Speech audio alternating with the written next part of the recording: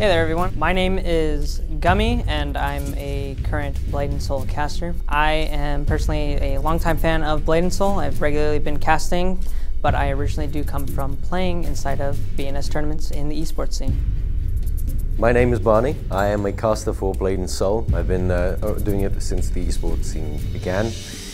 In-game I play pretty much all of the classes really.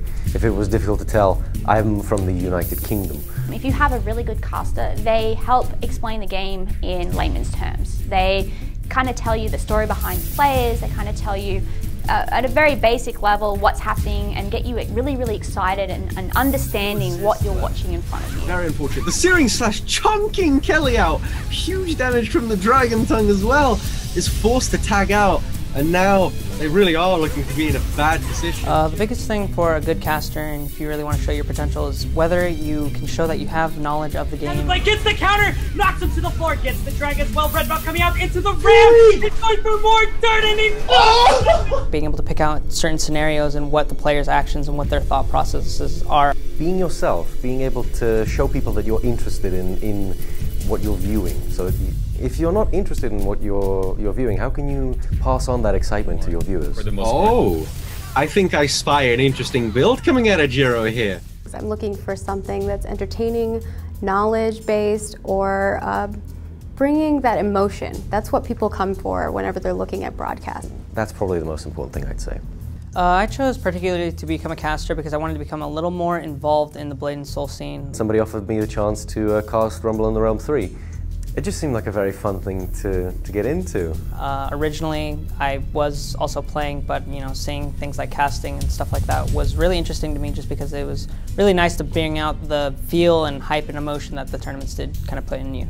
So Gummy, as a former player who played within our regional esports professional scene, I think he brings in a lot of that in-depth game knowledge. Coming from being a previous player in the tournaments, I know the scene, I know what goes on and what the ideas and the strategies are behind the players' minds. What Gummy brings to the broadcast is emotion. He brings that feeling of excitement. Cass is too close to the wall. You cannot do that, my friend. You are out of the match. When you're listening to it, you can understand, okay, this is going to be a big moment. This is something that I need to pay attention to. I liked the style of casting a bit more because I can feel a little more free and a little more open to be myself. As long as he gets the proper healing with things like Petal Storm and the Huzzah here.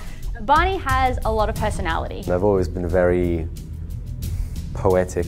Showing everyone that, once again, you should never assume too much what one's class is capable of, and rather you should focus on what the player is known for.